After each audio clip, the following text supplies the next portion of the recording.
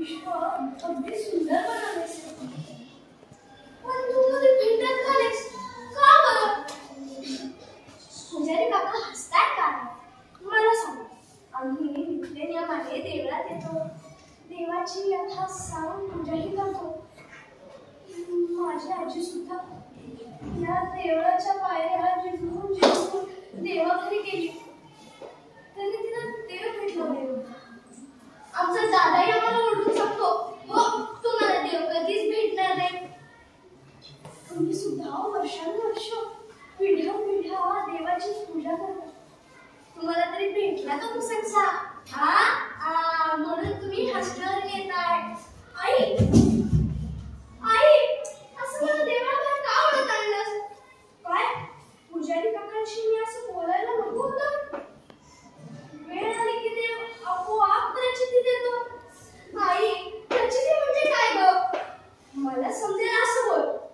अच्छा, म्हणजे अनुभव देऊन जाईल. बरं बरं, मग जोपर्यंत तुझी ती काय प्रचिती बिचिती मला येत नाही तोपर्यंत मी इथेच बसून राहणार. जय श्रीराम.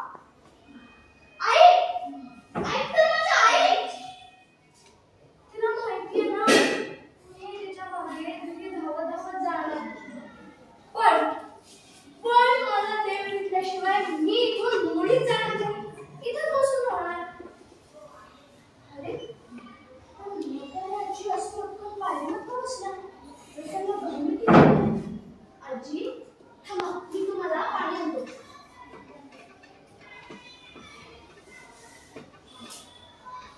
बरं वाटलं ना? चला मी तुम्हाला देवळात सोडतो. हे घ्या तुमची काय. आजी, पण तुम्हाला कधी देव भेटला का? झालं, तुम्ही त्या पुजारी काकांसारखं गालातल्या गालात असताय, म्हणजे तुम्हालाही भेटला नाही. पडा पाया ज्ञानेश्वरी देवा. काय म्हणालात पुजारी काका? मला देव पाहिजे का? हो हो पाहिजे.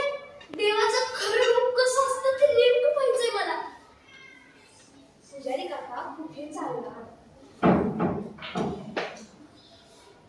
मला आशासमोर काय आणलं? काय ह्यात देव दिसतो? पण ह्यात तर मला माझा चेहरा दिसतोय.